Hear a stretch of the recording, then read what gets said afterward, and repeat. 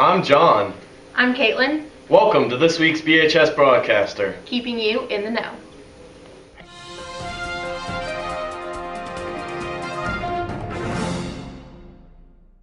The Our Word campaign is just around the corner. We spoke with Project Unify advisors Ms. Carson and Hannah Bain to hear more about the event. Hey guys, I'm Hannah Bain and I'm this year's Project Unify Student Advisor.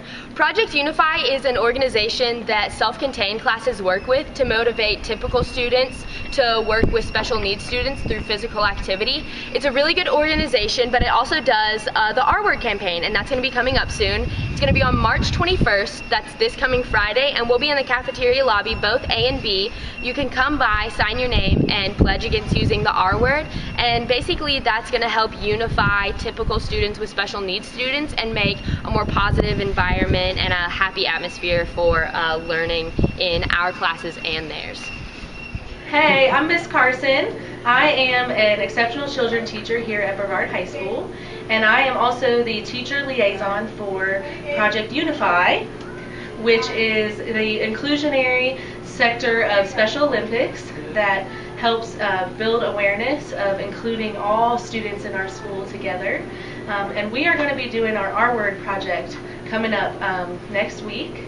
We are going to have a big awareness week where you're going to be seeing lots of posters and lots of advertisements going up to help make everybody aware of how important it is to use inclusionary language and to erase the R word. And then Friday we're going to have a big pledge, and we'd love everybody to come out and pledge to stop using the R word, find other words to use, and use more accepting language that helps everybody in your school feel like a part of the student body. So please come out on Friday and sign the pledge, and please spread the word to end the word around your school. Thank you.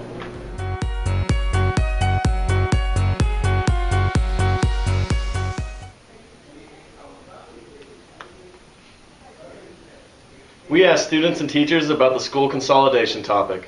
Alright, my name is Mr. Whitman. I teach world history at Brevard High School, and I am against consolidation. I just feel like both schools have too much traditions and too many. I feel like the communities are impacted so much by these schools, especially Roswell. I honestly feel like without Roswell High School, that community would not exist. And I feel like there's so many people give back and do so much for the high school. I feel like consolidating that would actually really impact that community as a whole. And Brevard here, they have their traditions. A lot of those people that put the time in and poured out their heart and soul in Brevard High School and Roswell High School don't want to lose that tradition and pride they've established. Hey, I'm Allie Williams. I'm a senior here. I think that the consolidation between Brevard High School and Rosman High School is actually a really good idea. In the long term, it makes a lot of economic sense. It seems like the only major thing that's ever held us back is that everyone has two different school prides.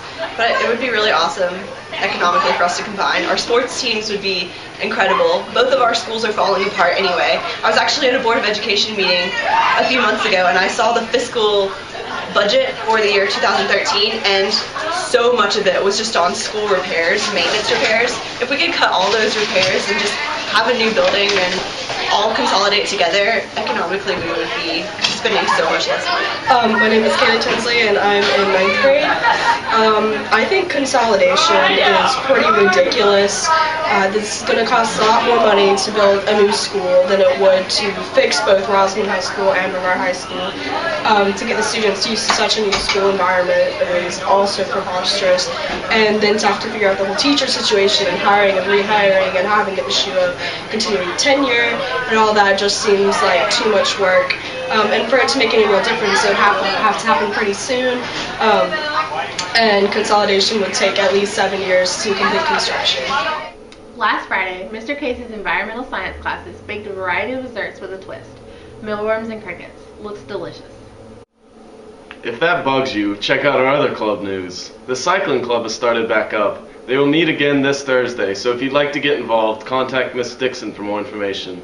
Now let's check out our school's shooting team. In other club news, the shooting team's competition was last Saturday at the Polk County Gun Club. The whole team spent the last few weeks preparing. We're very proud of our shooting team and Lindsay Burgess. Let's go to John for more information on her winning.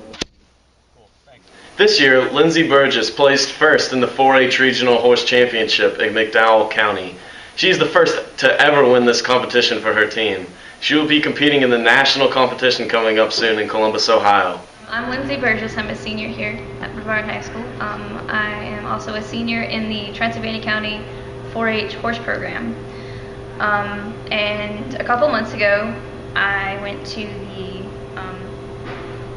District Horse Bowl competition in McDowell County, and I placed first in the mixed division with my team, and so that qualified us to go to state to compete, and state was a couple weeks ago, and I placed first in the mixed division out of the entire state, and my team made it to semifinals, and even though we didn't make finals, I still got an invitation to try out for the team that will represent North Carolina at nationals. Great work, Lindsay. In other school news, the Brevard High School Band practiced in pre-festival concert with the Rosamond and middle school bands in order to prepare for the upcoming festival. The Chorus Festival was held last Wednesday at Brevard College Corner Center. The BHS Chorus sang and sight read in front of judges, earning superiors in both the highest grade possible. Congratulations, BHS Chorus. Great job, BHS Band, and good luck at festival. Musical auditions for Les Mis took place last Monday and Tuesday. Congratulations to these students for their Les Mis roles.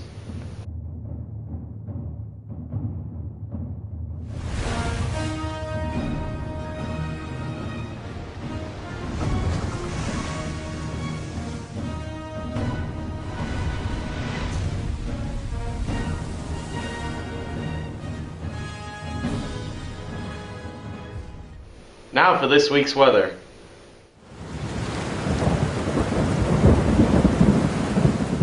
Hi, I'm Leyland. Today's weather forecast is a 30% chance of rain with a high of 48 and a low of 30. Tuesday will be mostly sunny with a high of 61 and a low of 35. Wednesday will also be mostly sunny with a high of 65 and a low of 35.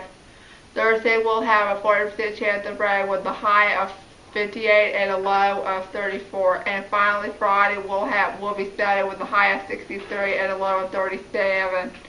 Thanks, BHS. Have a nice day. We're happy to inform you that Pescato's Burritos opened back up last Tuesday. They are under new ownership but are just as delicious as before, so make sure to drop by. Now let's go to Caitlin for more community news on the Roadway Inn and Clock. Thanks, John. All Roadway Inn residents have been informed of their official move-out date, which is April 5th, giving them a short amount of time to find a new home. For more information on the issue, check out the Broadcaster online. Now let's go to John to hear about the new trail in Brevard. In other community news, there is currently a proposal for a trail connecting Brevard and Hendersonville via the pre-existing railroad, called the Acosta Trail. Controversies have been brought up over the trail, unfortunately, but for more information, check out the Broadcaster online. Now let's go to Caitlin for more information on Adriana.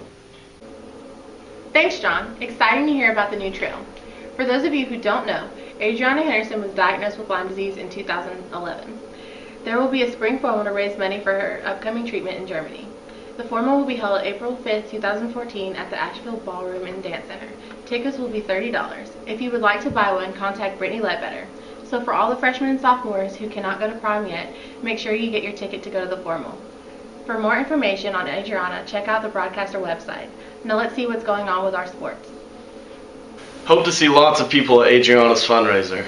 But for this week's sports news, our men's tennis team had a game against Franklin last week. They won 9-0 and are still undefeated, with the title of 4th in the state. Also, our Lady Devils soccer team played to a close 0-0 draw against Highlands. Make sure to come out to their game today against Tuscola. Last Friday, the softball and baseball teams played against Franklin. They had an awesome game despite the chilly weather. We're proud of all our Blue Devils. They also played Hendersonville on Tuesday. The girls won 6-5. Great job, everyone. Make sure to check out the many new books in our library. The Lord of Opium, written by Nancy Farmer, is a thrilling novel. As the teenage ruler of his own country, the lead character, Matt, must cope with clones and cartels in the riveting sequel to the modern classic House of the Scorpion. Wildwood is an adventurous novel written by Colin Malloy. When Prue McNeil's baby brother is kidnapped by crows, she begins her adventure with friend Curtis. They are taken way beyond their hometown into the impassable woods, where they discover a world full of new mystical creatures. When We Wake is written by Karen Healy. When cryonically preserved Tegan wakes 100 years into the future, she's instantly a celebrity. But she has to make the decision, is the future worth fighting for? That's all for this week's broadcaster. For more information on these stories and others, check out the broadcaster online.